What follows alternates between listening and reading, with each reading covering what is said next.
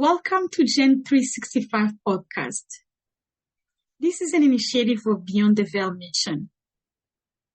And this is a podcast for the community to empower a generation of healing and hope 365 days of the year. Before we begin, I want to remind you the meaning of humanity or Ubuntu. I am because you are.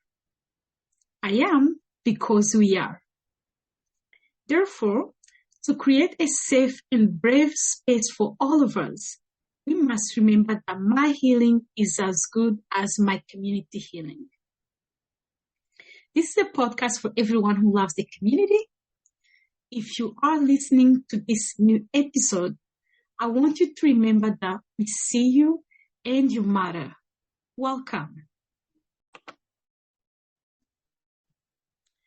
Okay, welcome again, our Gen 365 community. Today we have one of the most amazing guests. When we thought about starting this podcast, we just put together some of the guests we would like to have on our podcast. And actually, Lyse was one of our top 5 that we wanted to have a conversation with her. And we are so happy because it's someone who inspires us. Personally, Lydia, she does inspire me. I follow her political journey, social activist, all of that, preserving the memory of the genocide against the Tutsi. Honestly, she does. I don't know how she does what she does, but the goal of this podcast is to bring in, especially the first few months, our goal is to bring professional caregivers in different sectors to share with us ways that they help our communities, and also with all the work that they do, how they find hope so we can all be inspired. Because here at Gen 365, every year, 365 days out of the year, we're trying to inspire and grow a community of hope. The Afro-Black community, we face so much injustices, so many things that really make us lose hope every single day, but yet we see so many members of our community at the front line working so hard to make sure that we are really moving forward to build a healthier, stronger community. So I don't want to say so much about Lyse. Pascale Ingamucho, I would like to give her space. First, Lyse, I'm going to need to know who is Lyse in the professional settings, then who is Lyse outside of work. Welcome, Lyse. Thank you very much for the invitation, Lydia. You're welcome. It's been a long time that I haven't, participated in the community conversation about mental health. So it's an honor for me to be here. And yes, my name is Lyse Pascale Namucho, and I am the executive director of a Francophone Community Center in Ottawa-Vanier. That's called Centre de Service à la Famille, Région de la Capitale Nationale, but in short, the acronyms is CSF. Mm-hmm. And I've been there for almost a year. So I'm a new ED. But what I can say is that we offer programs to support Francophone families, and they could be coming from anywhere in the world. Just being Francophone qualifies them to access our services and programs and activities. And the core programs are a reading program in schools, elementary schools, and helping with homework as well as integration of newcomers. And we have a third program, which is preparing couples who are getting married or thinking about getting married, but are preparing that journey to attend sessions on communications, finances, and what it means to get married, so they can fully be aware of what they're getting into before they commit and say, I do. So those are the main programs. We also have a collective kitchen coming up in January, where we are trying to teach families how to do groceries and cook with a reduced budget, because now everything is so expensive. So we need to be aware and know how we can eat good and healthy with a small budget. It's possible. Yes, that's all the men work. I do work as well because I help with immigration issues. I help advocating for or guiding, um, especially people from our community because I'm Burundian and Rwandese and Canadian. So it's a mix that's very beautiful, and I do support everyone in those communities. So, I don't, there's no barriers. So, which means that whenever someone needs an information, whenever someone needs advice or guidance or contacts, I can provide that if they come to me and contact me for that. So that keeps me busy, but I'm also the Secretary General of Humura, which is an association of the survivors and of the 1994 genocide against the Tutsi in Rwanda and their families living in the Ottawa-Gatineau region, the National Capital Region of Canada. And so that keeps me busy as well, especially now that we have the project of constructing remember site commemoration site for our loved ones. So that's what I do. And I do politics too. Yes, yes. Ottawa politics. I'm not involved in Burundian politics anymore.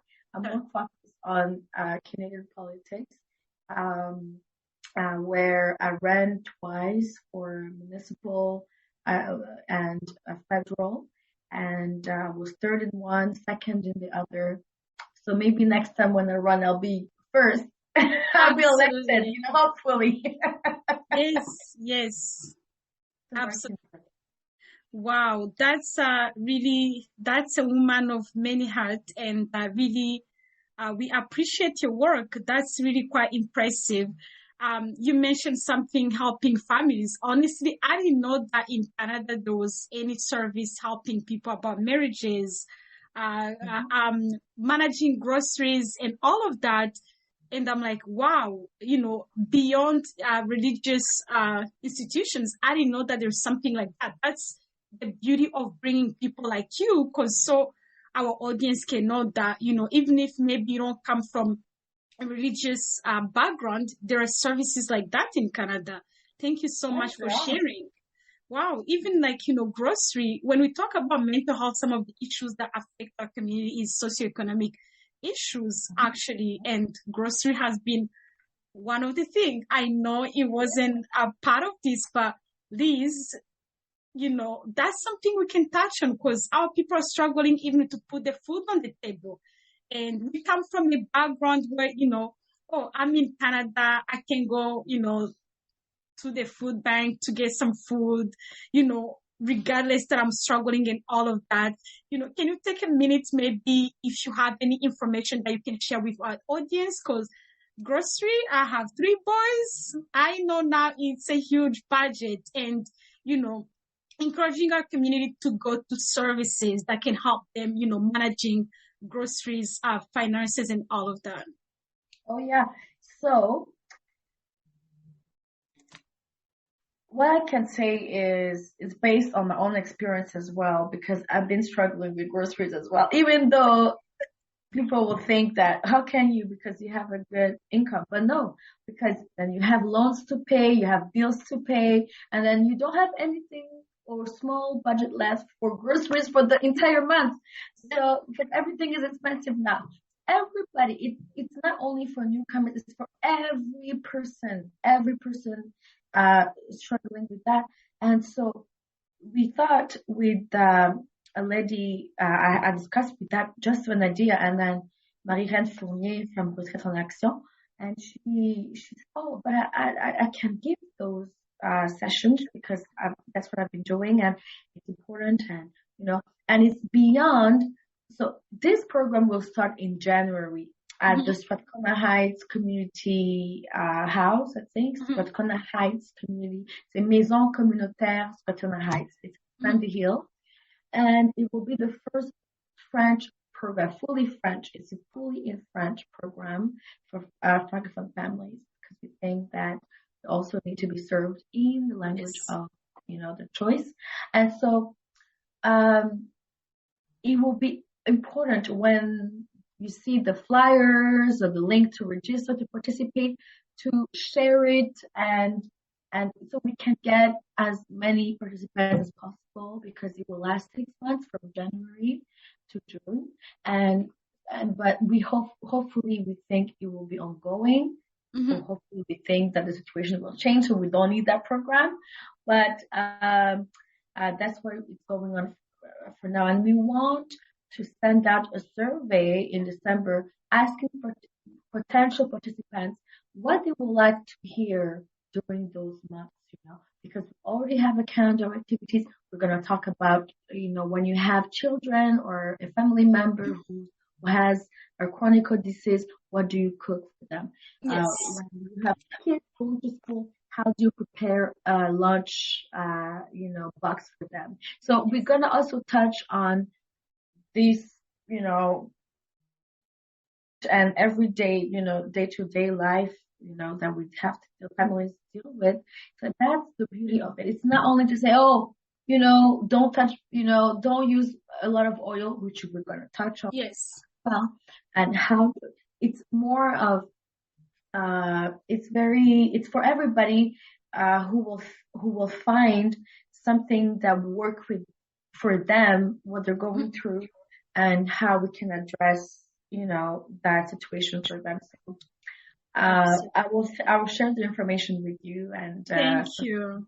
and for our community to come out. Yeah. Thank you. Yeah, thank you for inspiring us really. And I encourage everyone, even like, for example, you are in Ottawa here in the GTA areas, you can reach out to any social support program, ask them what are the services they have, what they can do for you, how they can help you. I'm a new single mother. It's been a year. And I'm telling you, I've been so grateful to tap into every single service that I can receive. Don't be afraid. Don't be ashamed. Just go and ask. I'm telling you. That's hard not to be ashamed because Yes. I remember once I used food bank service through a friend who was already getting that, and she brought the food to me so I don't have to go on the lineup because they will be like, please, how will people think seeing you on the lineup? So bring home, I will bring it for you. So I used the service, but indirectly because of the what if people see me. So I understand people thinking like that, but who cares? Because they won't even remember you tomorrow. Even if they remember you the following day, that's okay because at least you're getting yourself and your family or your loved ones what they need to survive the day and to keep pushing. And then you think that it's not the end. I remember during COVID-19, there were families I was delivering food to, and some of them had a big house, lived in Orléans and stuff. But they used my service when I was with volunteers, because I didn't do it alone, who helped put up the box, going to do groceries and put up the box and delivering them to the families, right, who reach out to us. And they'll be surprised, how come you have a big house? But then they told me I don't want to go to the food bank because of pride, So that is something that's there. So how can we then maybe cater to these people who feel like they can't go there because of les conditions. So also understand that part and create maybe other services that will reach to people and help them with keeping the privacy, and respecting that because some people are like that, right? But we need to find new ways. This is what I'll say. We need maybe to find new ways. You have a food bank, you can say, okay, well, and I know that food banks like the one in the Cumberland or Leon Resource Center in Orleans do that as well. They deliver, but then they had an issue with 20 volunteers who could do it throughout COVID, but I think now. But you always find a way to get to those as well who do not feel comfortable. And I honestly, I'm so glad that you really open up because I am telling everyone listening, the minute, if you're struggling and you recognize that food bank can save you $100, even if it's that bread or that can of beans, whatever, honestly, don't even think about what people say. Even like, Oh, housing, there are different housing support programs. The rent cost is so high right now. I think what we're gonna do, we need to invite someone in that area so they can come to our community, because sometimes people don't even know where to go to. Because right now I know different services because I was in the space where I needed those services. Now, mhm. whenever I know any woman who's going through the same thing, I don't wait for them. I call them. I'm like, I know you might not need this, but these are numbers in Different things. case you need this. If you need food, if you need maybe house support, rent payment, call these numbers the minute. So we need to know exactly. We can have that conversation with our audience and talk to us. Let us know what are other services that you would like to know in Canada. So we can really look into those information and share with you.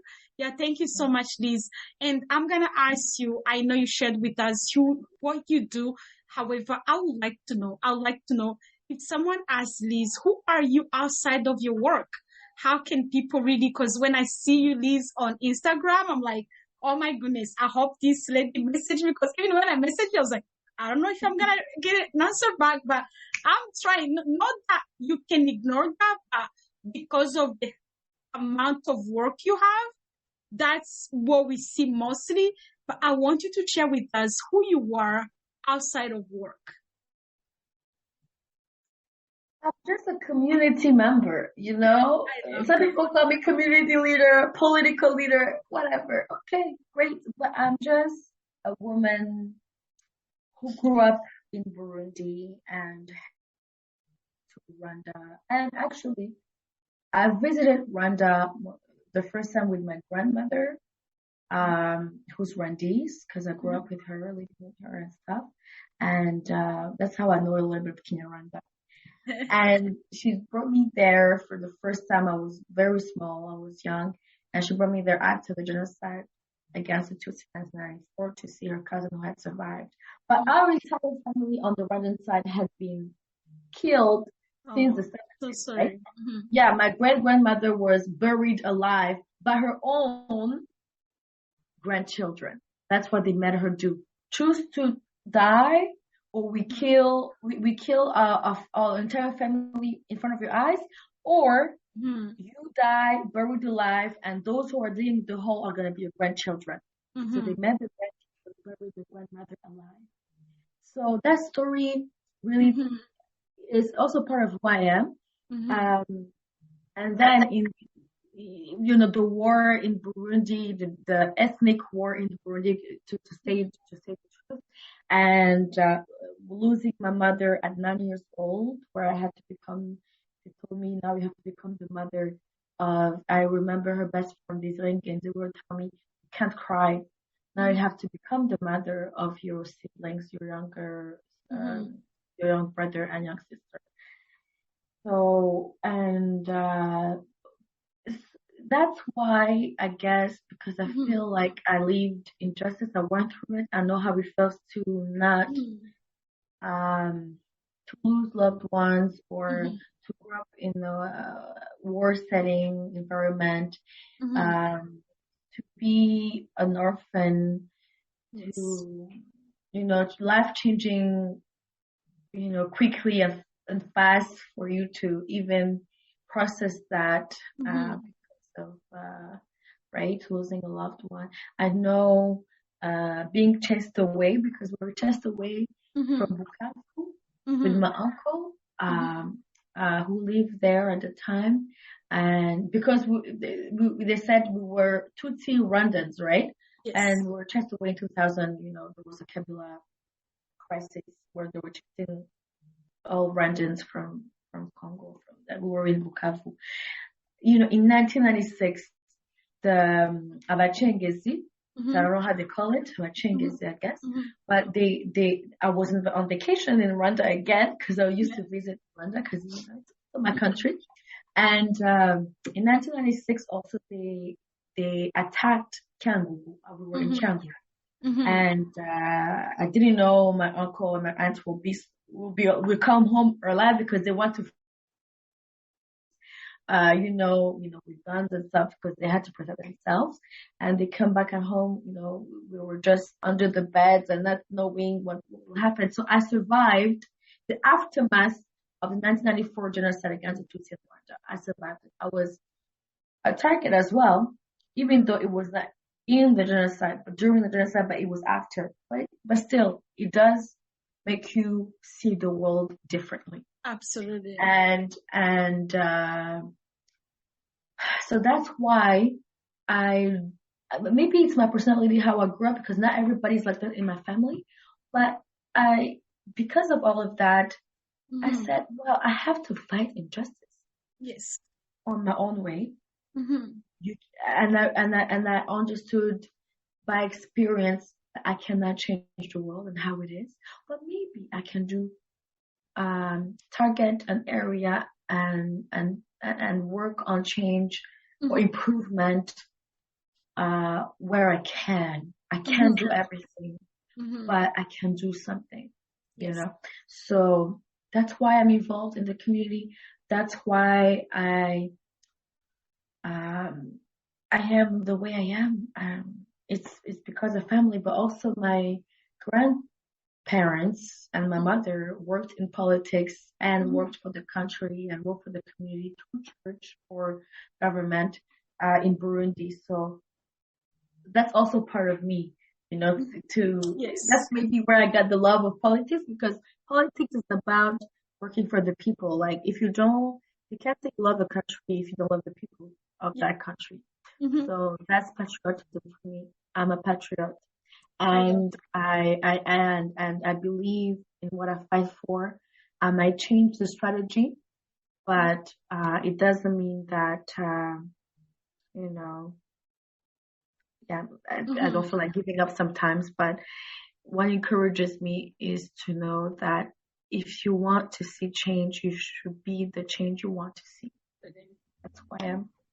Wow, Lyse, I really, first of all, I am so sorry, the story shared with us. That's the pain and the struggle we share. However, the way it impacts us is differently. I cannot feel, how those stories, impacted, your whole being. When I ask you who you are, what I can hear, you identify yourself as a survivor. Yeah. The whole story, the woman you become, is, around the idea of becoming a survivor. And I'm going to tell you, I used to hate that. I used to hate, survivors. I was like, this is so victim mentality and all of that. I don't want to be called that. I remember in high school, I used to do anything so people won't know that I am a survivor of the genocide against the Tutsi, because I was like, we are always, those students who are paid, who get school fees by Farge and all of that. There was always a label. But at the same time, as I started growing, tapping into my calling, I was like, actually, this is my strength, being a survivor. And I am so happy that everything that you're doing really is around the idea of I survived, and I can change the world. You have seen so much injustice and you understand I can't change everything, but I can do what I can to help people around me. Thank you, around us. Thank you so much. And I think another survivor who can hear you, the goal of this podcast is not just Rwandans. It's connecting with other community of survivors. When we listen to you, when the audience will get to hear your story, regardless of what they have survived from, they're gonna see themselves. And we thank you so much for sharing that. Oh, thank you so much. One thing I can add is the same thing as being a survivor of sexual abuse, because I am also one, right? I was raped at 15 years old. Sorry. I was still a virgin. So it really broke my heart, because I had made a promise to my mother that I will never do something like that before I turned 18. So to me, it was not only the pain of being raped and having precious thing being stolen from me within my consent. It was also that I was not keeping the promise I gave to my mother. So all of that, and the abuse also continued in Canada. When I came to Canada in 2006, I went through a lot of things. We don't talk about discrimination, racial, based on race, because then you find out you're black. But it's just that, then my sister Joanna told me, Lyse, you can't be a victim all your life. Mm-hmm. You're a survivor. You're a fighter. You're strong because you survived it. It did not kill you. So that's when then, and I remember that time, it's when I started to also claim my Rwandan blood and heritage. Yes. Because for so long I was ashamed as a Burundian, because in Burundi it was not well seen to be a Rwandan. I will be bullied at school because I speak Kirundi, Kinyarwanda, it's mixed. Like, what are you talking about? What are you saying? This is like, I grew up having friends who were mixed as well, Arabic, Indian, right? Rwandan, Burundian, so a mix, so I could feel like I'm not weird. But growing up, I said, that's my story. That's my blood. That's my heritage. And since they killed everyone, almost everyone, there were only 5 of my family members in Rwanda who survived. Only 5. Imagine, from Nyanza ya Butare, from Kigeme Butare. I don't know where else they might have been in Kigali as well. I just know Nyanza and Kigeme. Wiped out. So when I go to Rwanda, I don't know where to go. I don't know where to stay. I feel, I love the country because I feel like home. I don't see home as, but I found out cousins and not, but I'm looking, right? I'm looking for that. And I found family, but there are only 3 now who are left, and their families as well. Which is great. At least I have that. But there's something that, that makes you feel like, I need to stand, I need to stand up for them. Just like I do it for my mother. As I have to make her proud. I have to, be worthy of, so that sense doesn't go, it's normal, I guess. So it was the same thing for me, for my mother. And it took me courage to call myself a Burundian Rwandese, because I know some Burundians don't like it. Claim that, yes. Or Rwandans will be like, you were not born in Rwanda, we don't know you. No, it's the spirit. It's the spirit and the when you it, and I love Rwanda for it, because they don't say no to whoever wants to be part of Rwanda. But it was more in my head to feel like, oh, I don't belong, or more like that. So I just want to say that being a survivor, then being part of the family of survivors of the 1994 genocide against Rwanda, also, help me appreciate the real meaning of resilience, because I have heard. You're resilient too. I'm like, there are people who are more resilient than me, who so despicable things, and who went through according to me, the most horrible genocide of the 20th century. And then, but yet they can smile, and yet they can have families, and yet they can have a job, and yet they can, if nothing is happening. I'm like, wow. Now my issues are not a big deal, because I know people who suffered more than me, and who are still keeping on, right? And that's the beauty of resilience. Absolutely. People don't appreciate it much, but it's a miracle. All right, let's continue. Yes, Lyse, I really do appreciate a lot. And you have no idea how much I appreciate this, because representation matters. When we hear people who have walk the journey, the same journey as we did, sometimes, it helps us to know, oh my goodness, I can rise above all the things, all the limitation, because I see Liz doing it, and as a survivor, I can do it. And this is why I wanted not only to bring in professional caregivers, but also have lived the experience many of our audience share. So really, we are so happy to hear from you. And when you speak to my heart.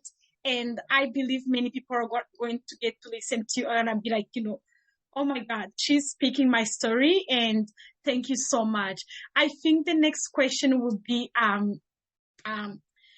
it's two questions together, but we're gonna start with one. If you can have to ask two things to your younger self, because there is a big story, you faced violence, so much grieving in your story, losing your family members, not even getting to know them, because that's one of the things that we carry as survivors. We lost those peoples, and yet we go through the grieving of people that we don't even know. So I need to know, if you can ask two things to your younger self, what can that two things be? I don't know if I have the right answer to that question. You don't have to. It will be first to have my mother back. Oh. Auntie Damuka, because I believe that a lot of things that happened in my life after her death would not have happened if she had been still alive. So I will bring back my mother in my life so I can have a normal childhood and and life. And then to my younger self, what else would I don't know what's the second one will be, because I have so many saying I will live in a world where there's no war, conflicts, genocides, and massacres, and having to hide. Because I remember in 1993 there was genocide against the Tutsi in Burundi. It's not recognized yet by the United Nations, but there were processes being held, and it was stopped. But I remember that time we had a Rwandese housemaid who was really close to me, and then she was telling me, Lyse, when they come, try to make your nose bigger. Oh my God! And I will try, and I'll go to the because if not, they will kill us. And then I'm like, so we get to the barriers, and they see you, they will kill you for sure.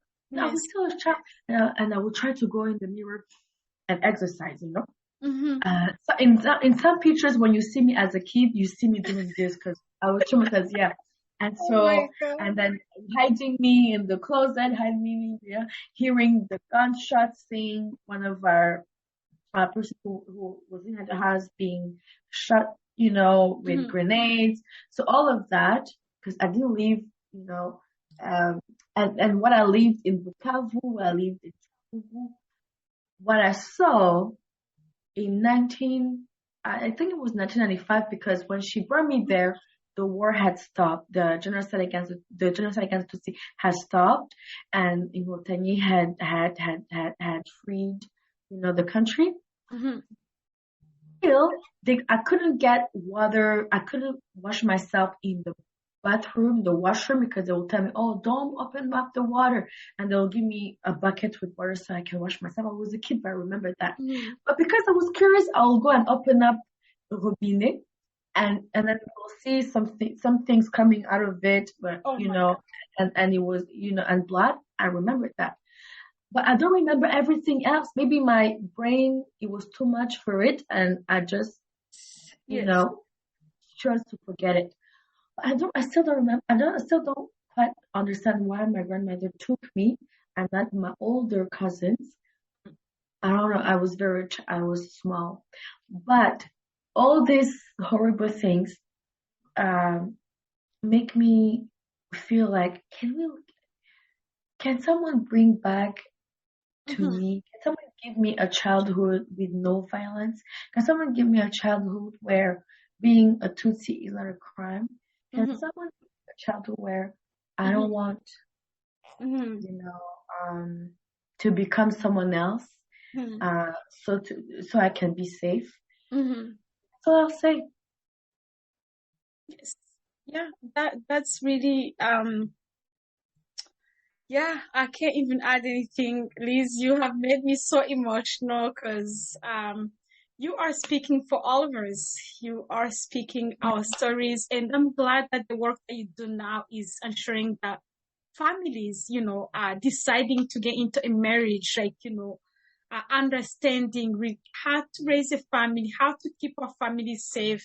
And yeah, we are so glad that to hear your story and how you're helping others really, even your journey into politics. That's one of the biggest goals, is like, our country is peaceful, like, less violent, not even less violence. We don't want any violence. So yeah, thank you so much. And the last question, and to our audience, we're gonna have to hear Liz next time. Don't worry, this conversation will continue, but we're gonna have to um ask one more question, and you will hear the next episode, continuing this conversation on the next episode. If you can give two things, if you have the power to give two things to your younger self, what can that be? It will be love, and it will be safety. Wow, that's we had a previous episode where I was asked that question, and me too. First thing was safety, and I can really many people, many survivors, safety is the key. And yeah, Liz, thank you so much for this beautiful story. And on the next episode, we're gonna hear how you give back to the community, and with that story you carry, that really um your journey, what you went through, like, how you do all of this, that we like, how you are able to manage that and continue to help others, because it takes a lot. So we're gonna stop here. I thank you so much, and continue to listen to our conversation. If you have any question, reach out to us. Gen 365 is published by Beyond the Veil Mission. You can look for our social media pages at Beyond the Veil Mission, or share this conversation. Thank you so much, Liz, and I will see you next time. Thank you. Thank you very much. I am looking forward to meeting you again. Thank you. That's it for the week. We hope you gathered your dose of resilience for the week ahead. Follow Gen 365 podcast to know when the next episode comes up on Spotify, Apple Podcasts, Podbean, or Google Podcasts. Share with your friends, community, and family, and do not also forget to follow and share feedback or questions on our community organization social media at Beyond the Veil Mission on Instagram, Twitter, Facebook, YouTube, and LinkedIn. Or learn more about our work via our website at www.beyondtheveilmission.com. In the spirit of building resourceful, stronger communities, we can also help your community or business or organization to share your news and event on our podcast. Please email us for collaboration at podcastgen365@gmail.com. Thank you. Bye.